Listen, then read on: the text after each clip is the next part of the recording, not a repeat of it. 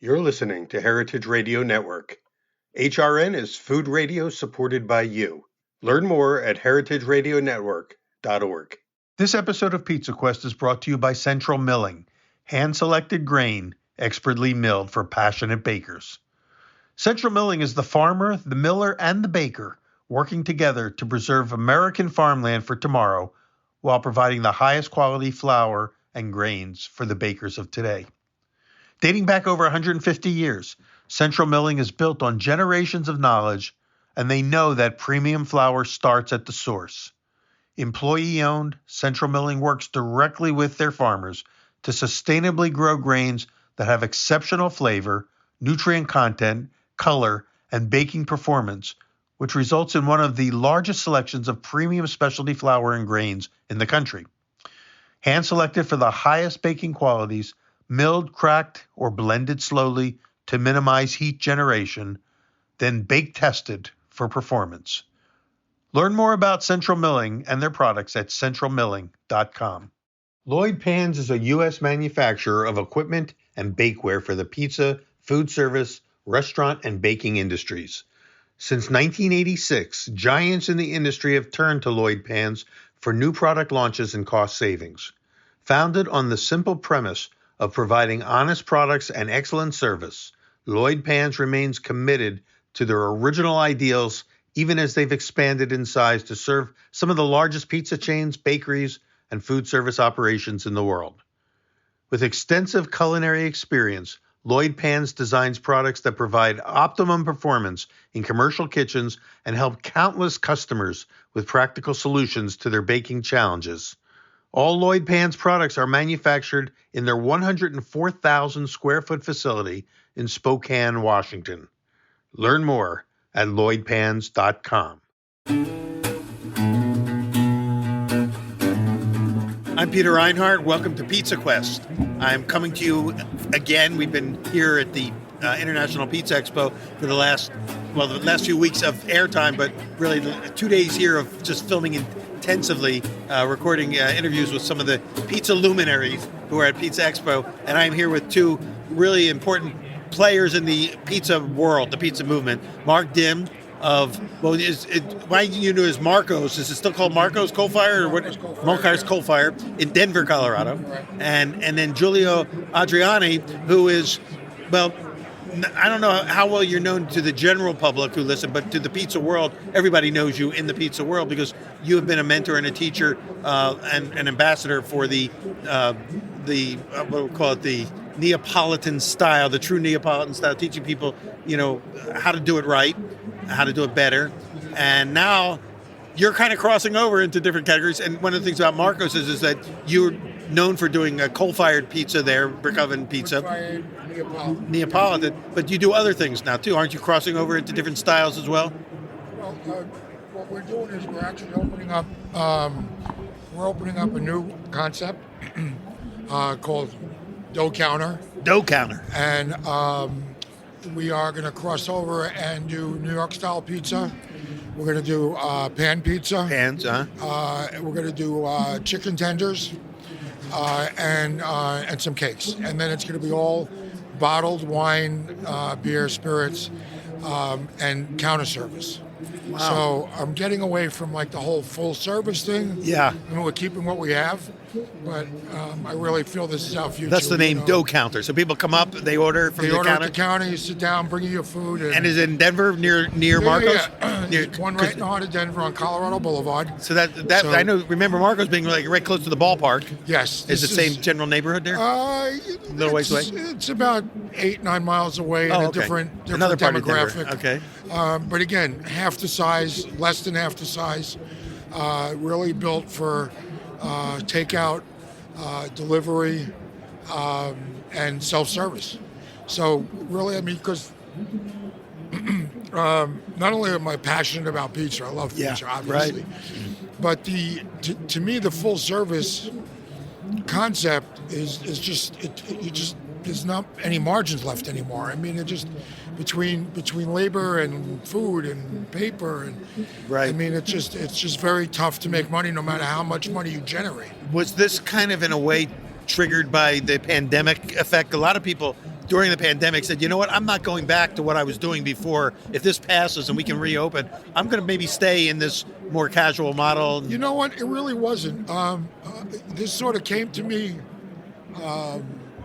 because I really love doing different kind of pizza, and I was like, this model that I have now, the full service model, and we've been in business 15 years now, thank God. Yeah. It's just not sustainable. I mean, you do these third-party delivery service. So my downtown store was 13-14% delivery before pandemic. Now it's 40%.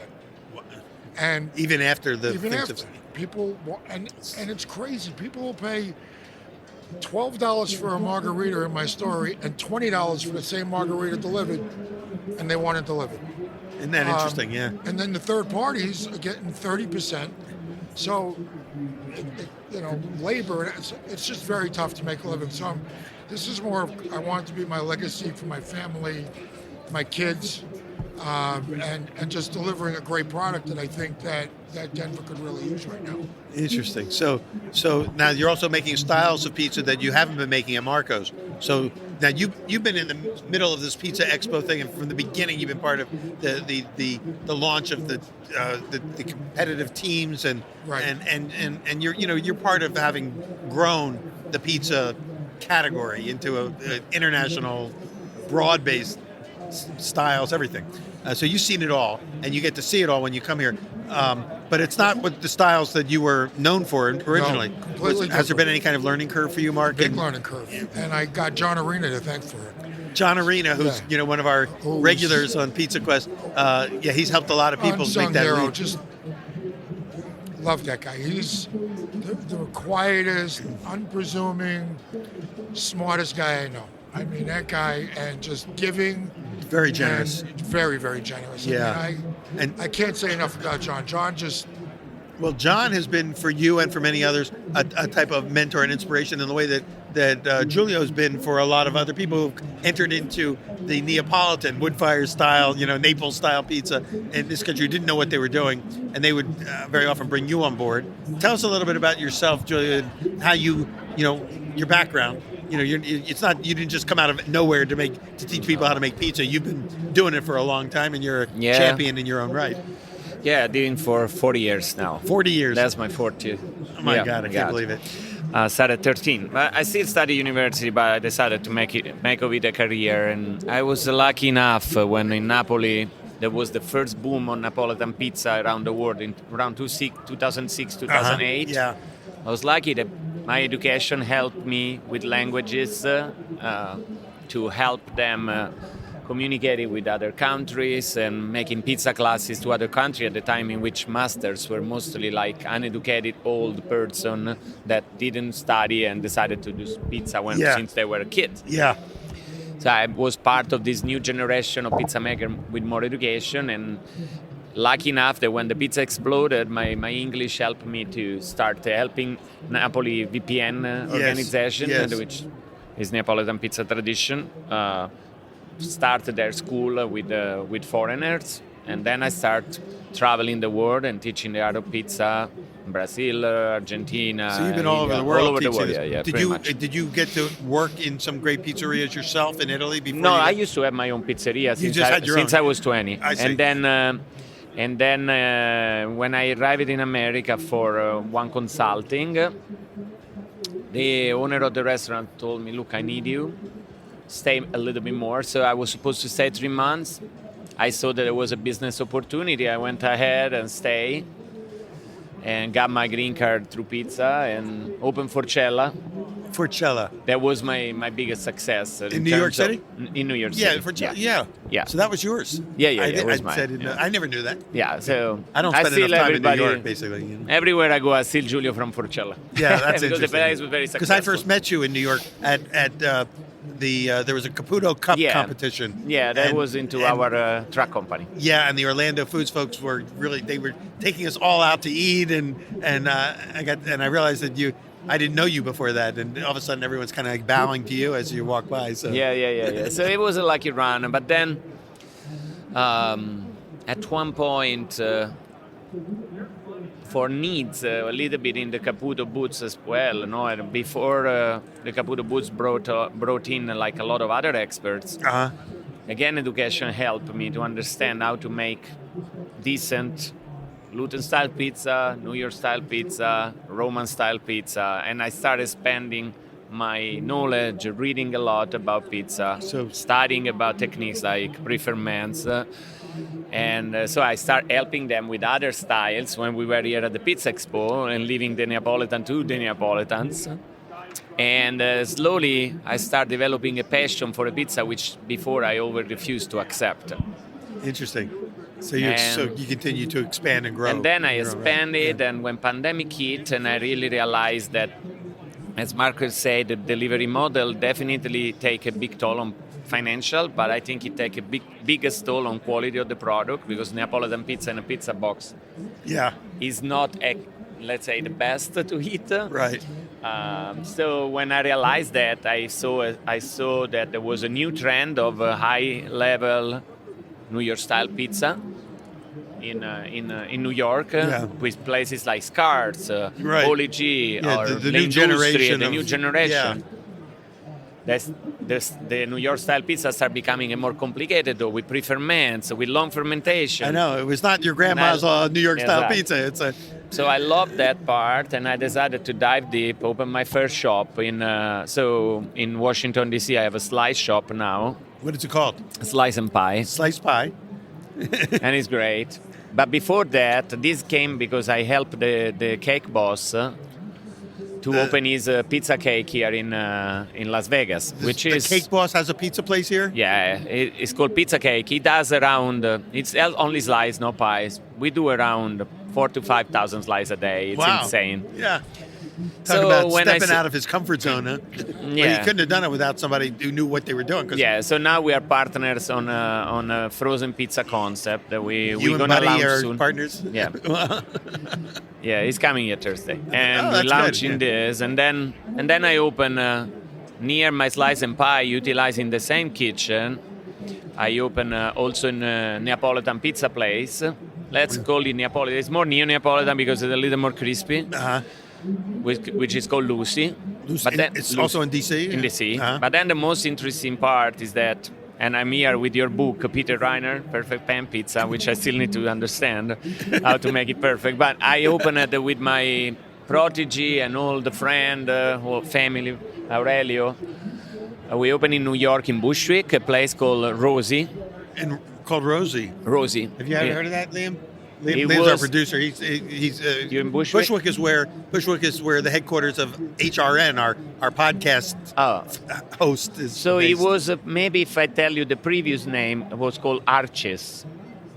Anyway, before us there was a famous pizzeria. They were doing a Greek style pizza. Greek style, yeah. So pizza in a pan, but with a very very short fermentation dough. Open it into a dough sheeter. They were very successful, and for those who are listening to this, we're at Pizza Expo, of course, so we're hearing a lot of announcements, a lot of background noise. So there was a display that was very successful, but they had a sexual harassment case. They had to close. That's the death to a restaurant right there, yeah. Yeah, so we saw an opportunity. We bought it, and we took their Greek style and we transformed it into a more modern pan pizza.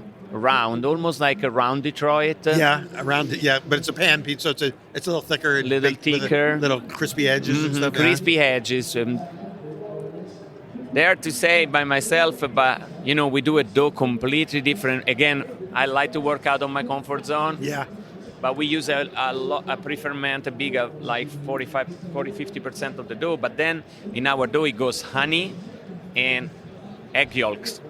Egg yolks. That's interesting. Yeah, that adds a whole new level of richness. Are you making notes, Mark? Any of these things? Can any of these things resonate for what you're doing in Denver? Yeah. It's a breakfast pizza. This is good. It's a breakfast pizza. I know. I love. But this is like because we're here, kind of like eavesdropping in on the creative process that you're going through. Yeah. Yeah. So it's really the volume we can do from that place is 650 square feet. We do around 400 500 pizza a day. Something numbers are What are you insane. baking? Are you baking them in a conveyor oven or in a deck? No, in a gas oven, regular Moretti in this case. Wow.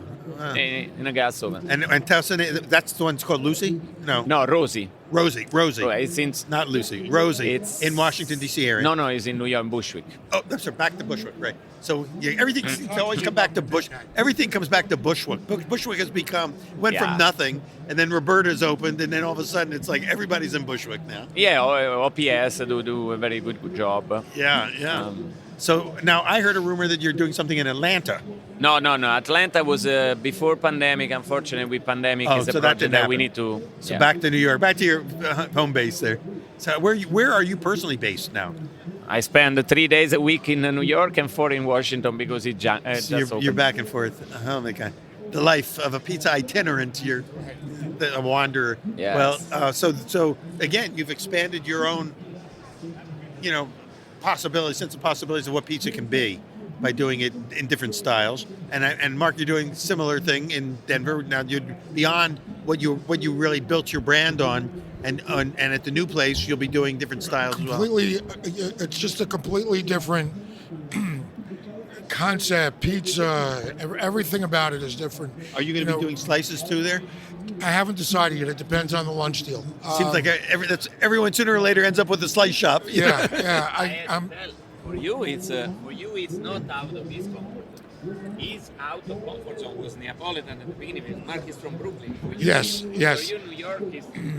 No. You grew up comfortable with with what I'm used to eating, not what I'm used to making. Yeah. Right? It's comfortable what I'm used to eating. What I'm the opposite process.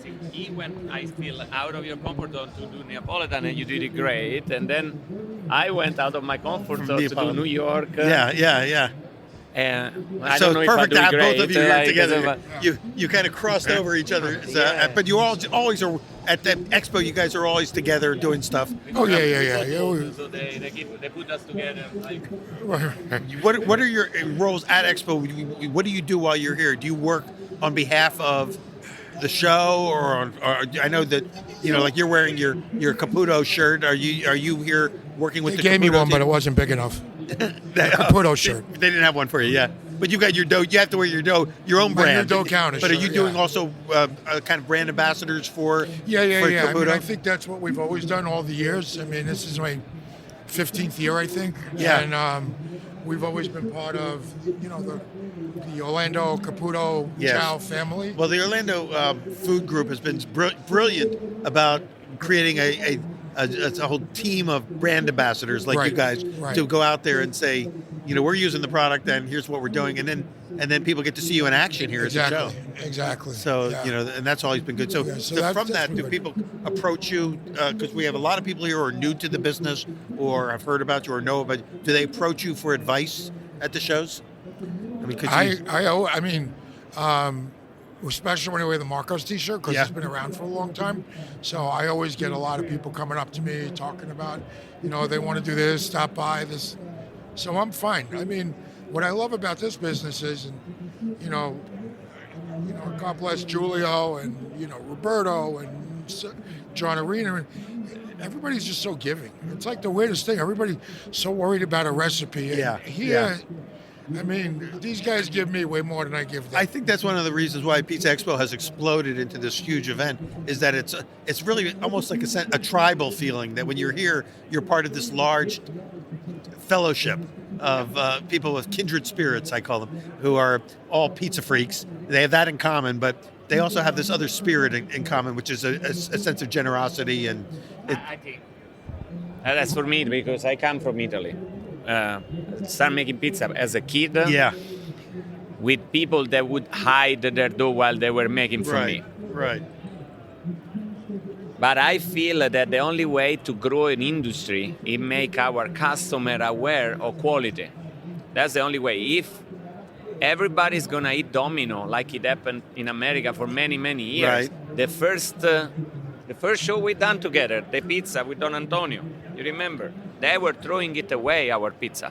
the Neapolitan pizza in 2007, maybe. Really? That recently, huh? They were eating and throwing it away. Because It's too soft. they didn't get it. Yeah. They didn't get it.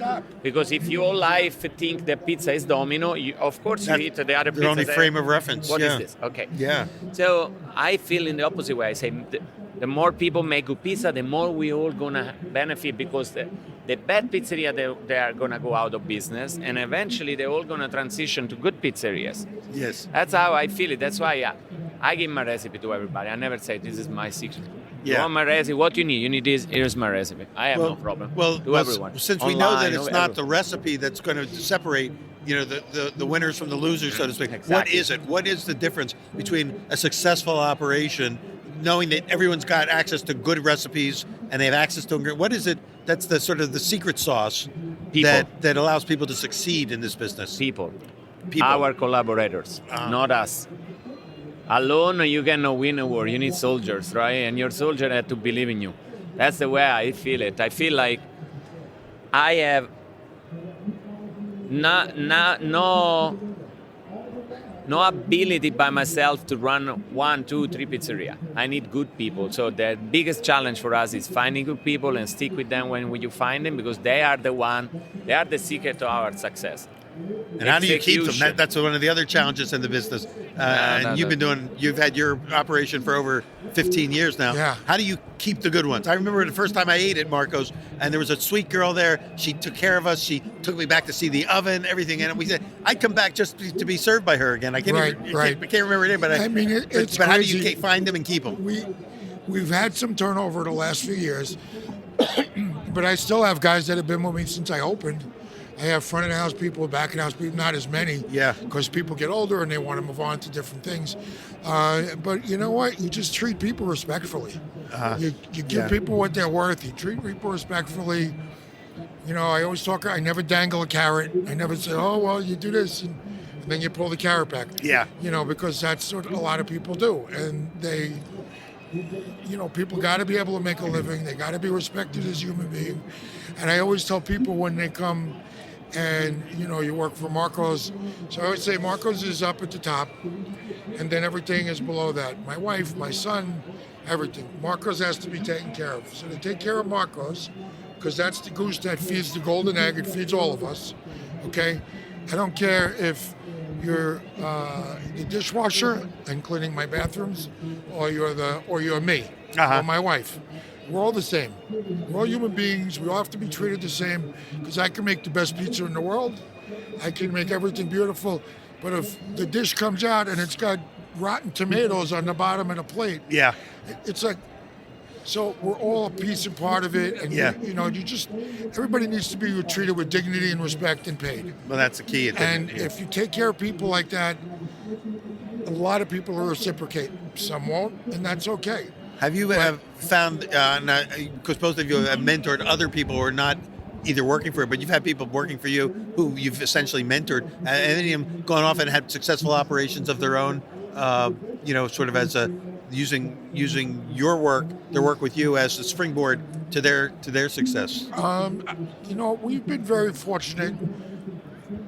Even people that haven't worked with us for years, they still come back to the Marcos family. And one of the most heartwarming things for my wife and myself is that not necessarily in the pizza business, but in business in general, people attribute a lot of their success to sort of what we've just done over the years. Yes. By work ethic, how to treat people, how to show up, that kind of thing. I haven't had specifically anyone in the restaurant business that, in our business, that went and branched out into their own pizza place.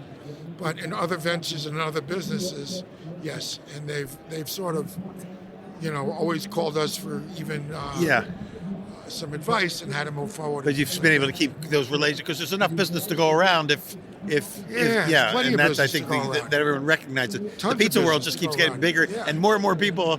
Everyone always has loved pizza, but now everybody admits that they love pizza, and everybody's seeking great pizza. My wife always says, from 3 years old to 93 years old, everybody loves and wants to talk about pizza. Yeah, everybody's got an opinion. Right. Absolutely, everybody wants to talk about it, And there's plenty to go around. And if you do a good job, you'll get your fair share. So before we run out of time, let me ask both of you, since your pizza is your life, and you've seen great operators, you've seen great talent. Where do you see it going? What's the next phase? You're opening a new concept, the dough counter. Giulio, you're expanding into different styles. What do you see? Some new trends coming, or things that you can point to that you think are, because Pizza Expo is where most of these trends get launched. Well,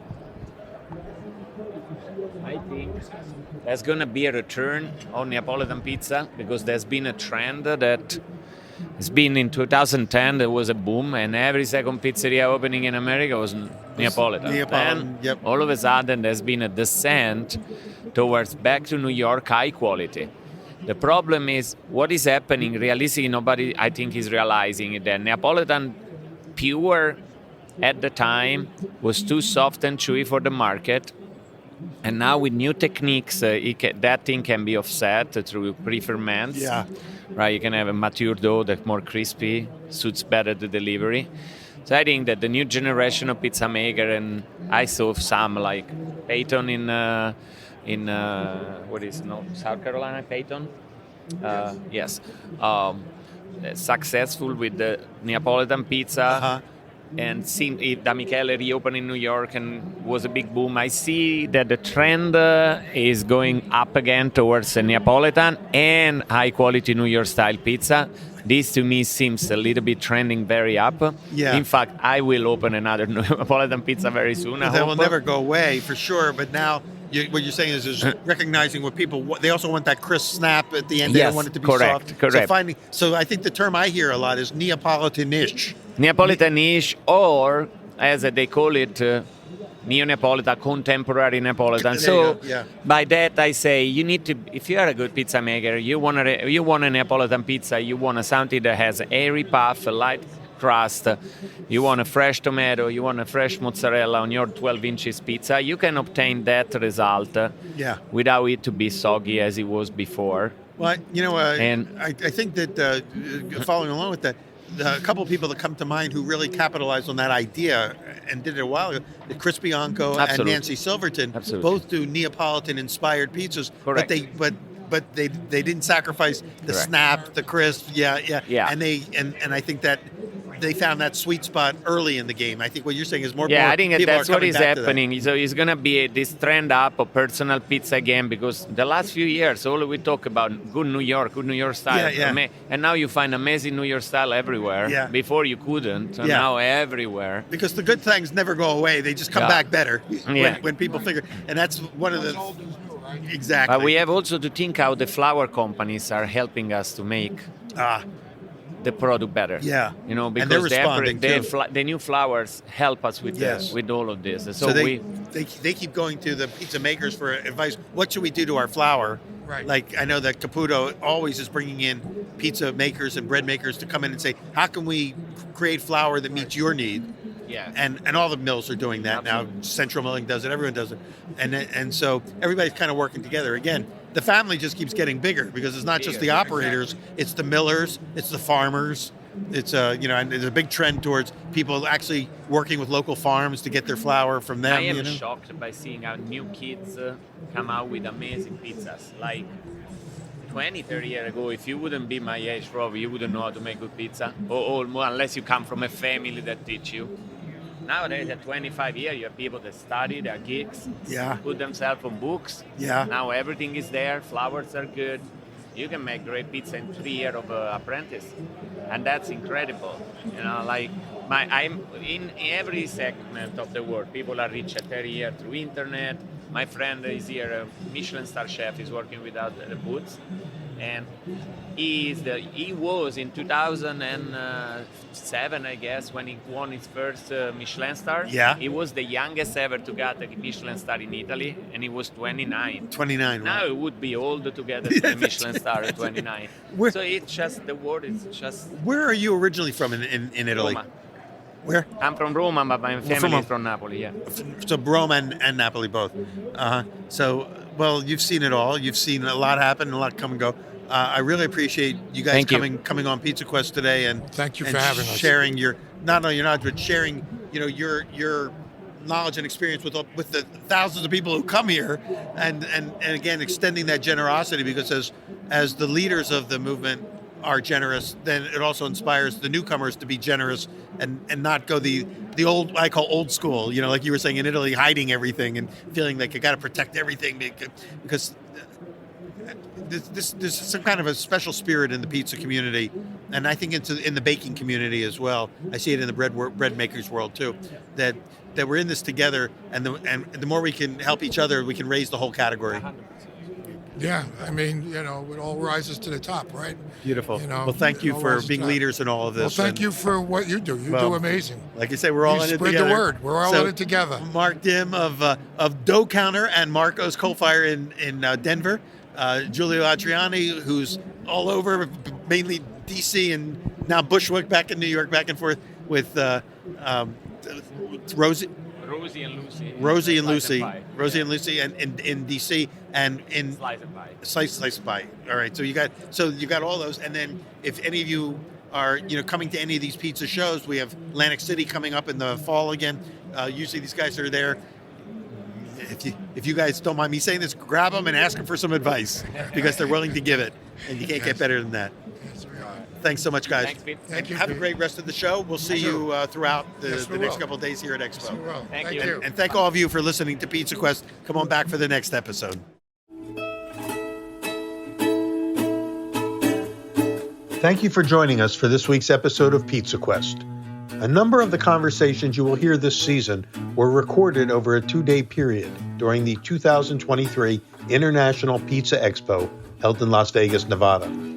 These recordings would not have been possible without the help of many people and our generous underwriters, but I'd like to take a moment now to especially thank some of the unsung heroes. My Pizza Quest partners, Jeff Michael and Brad English, our HRN recording producer, Liam Werner, as well as HRN's Matt Patterson and Joanna Garnett-Reipold, and also Alexander Mortati of Orlando Foods, who organized and coordinated the schedules of many of our guests to get them to our recording table throughout the expo. Thank you to all of you. Pizza Quest is powered by Simplecast. Thanks for listening to Heritage Radio Network, food radio supported by you. Keep in touch at heritageradionetwork.org/subscribe.